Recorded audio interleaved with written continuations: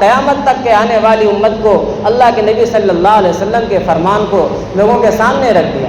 حضرت عبداللہ بن عباس رضی اللہ تعالیٰ عنہ آپ علیہ الصلوۃ والسلام کے چچا زاد بھائی ہیں، کم عمر صحابی ہیں۔ اللہ کے نبی صلی اللہ علیہ وسلم کی دنیا سے جانے کے بعد جب انہیں پتہ چلتا کہ اس صحابی رسول کے پاس اللہ کے نبی صلی اللہ علیہ وسلم کی حدیث ہے، تو اب وہ وقت نہیں دیکھتے تھے، بس کسی وقت پہنچ جاتے تھے۔ اکثر ایسا ہوتا تھا کہ دوپہر کے وقت پہنچ جاتے تھے، کبھی کبھی لمبا سفر طے کرتے تھے، اور جب پتہ چلتا کہ سامنے وہ صحابی رسول آرام کر رہے ہیں تو کہیں بیٹھ جاتے تھے، کہیں لیٹ جاتے تھے۔ آپ کو پتہ ہے کہ وہ ریتیلا علاقہ ہے اور ہوا کی تیز چلنے کی وجہ سے وہ ریت ان کے چہرے پہ پڑ جاتی تھی۔ جب وہ صحابی رسول اٹھتے اور پتہ چلتا کہ حضرت عبداللہ بن عباس آئے ہوئے ہیں تو پوچھتے آپ کیوں آئے؟ کہ آپ سنا ہے آپ کے پاس حدیث ہے اس لیے ہے۔ کہ آپ مجھے پہلے کیوں نہیں بتا دیتے، ہم آپ کے لیے اٹھ جاتے۔ کہتے نہیں میں محتاج بن کر آیا ہوں تو میرا حق بنتا ہے کہ میں انتظار کروں، آپ کو پریشان نہ کروں۔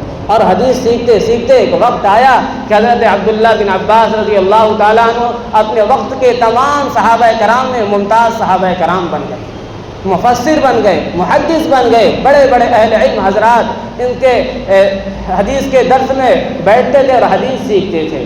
حضرت ابو ایوب انصاری رضی اللہ تعالیٰ عنہ، انہیں پتہ چلا، وہی ابو ایوب انصاری رضی اللہ عنہ کہ اللہ کے نبی صلی اللہ علیہ وسلم جب مکہ سے ہجرت کر کے آئے تھے مدینہ تو انہی کے گھر کے سامنے اونٹنی بیٹھی تھی، اور اللہ کے نبی صلی اللہ علیہ وسلم 4-5 مہینے یا 6 مہینے ان کے گھر کے اندر قیام فرمائے تھے۔ یہی ابو ایوب انصاری رضی اللہ عنہ، انہیں پتہ چلتا ہے کہ مصر کے اندر ایک صحابی رسول ہیں، کوئی اللہ کے نبی صلی اللہ علیہ وسلم کی حدیث بیان کر رہے ہیں۔ وہ مصر کا سفر طے کرتے ہیں اور مصر جب پہنچتے ہیں تو معلوم ہوتا ہے کسی طریقے سے ان کے گھر کو معلوم کیا، اور جب وہاں پہ معلوم کرنے کے بعد جب وہاں پہنچتے ہیں، حالانکہ وہاں کے جو گورنر تھے اس وقت مسلمہ بن نخلہ، وہ کہنے لگے کہ آپ میرے گھر پہ قیام کر لیں، آرام کر لیں، پھر ان کے گھر جائیے گا۔ تو کہنے لگے میں ٹھہرنے کے لیے نہیں آیا، میں تو اپنے پیارے نبی کی حدیث کو سننے کے لیے آیا ہوں۔ اس صحابی رسول کے پاس پہنچے، وہ صحابی رسول تھے عقبہ بن عامر رضی اللہ تعالیٰ عنہ، اور ان سے جا کے دریافت کیا کہ آپ سنا ہے کہ اللہ کے نبی صلی اللہ علیہ وسلم کی کوئی حدیث آپ بیان کرتے ہیں، وہ حدیث مجھے سنا دیجئے۔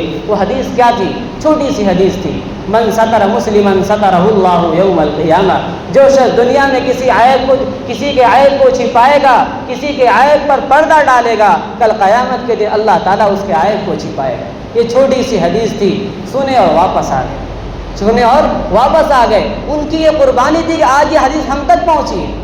حضرت جابر بن عبداللہ رضی اللہ عنہ، انہیں پتہ چلا کہ ملک شام کے اندر ایک صحابی رسول ہے جن کا نام عبداللہ بن انیس ہے، وہ اللہ کے نبی صلی اللہ علیہ وسلم کی حدیث بیان کرتے ہیں۔ ملک شام یعنی سیریا کا سفر طے کرنے کے لیے خوب شاندار ایک اونٹنی خریدی جو تیز رفتار کی ہو، وہ اس اونٹنی کو خریدے اور پھر ملک شام گئے اور اس حدیث کو سنا اور پھر وہاں سے واپس آئے۔ تو یہ علم کا مقام ہے، ان صحابہ کرام کے، ان اسلاف کی قربانیوں کی وجہ سے آج ہم تک دین پہنچا ہے، آج اللہ کے نبی صلی اللہ علیہ وسلم کی حدیثیں ہم تک پہنچی ہیں۔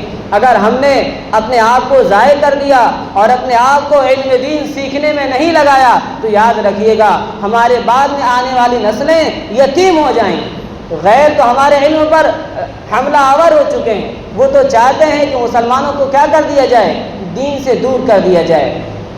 اس قوم کے یتیم ہونے کے لیے اتنا کافی ہے، اس قوم کے یتیم ہونے کے لیے اتنا کافی ہے کہ وہ قوم اپنے کلچر کو بھول جائے، وہ قوم اپنی تہذیب کو بھول جائے، وہ قوم اپنے علم کو بھول جائے۔ آج یہی حال ہے، آج ہم اپنی اسلامی لباس چھوڑ کر غیروں کے لباس کو اپنے لیے فخر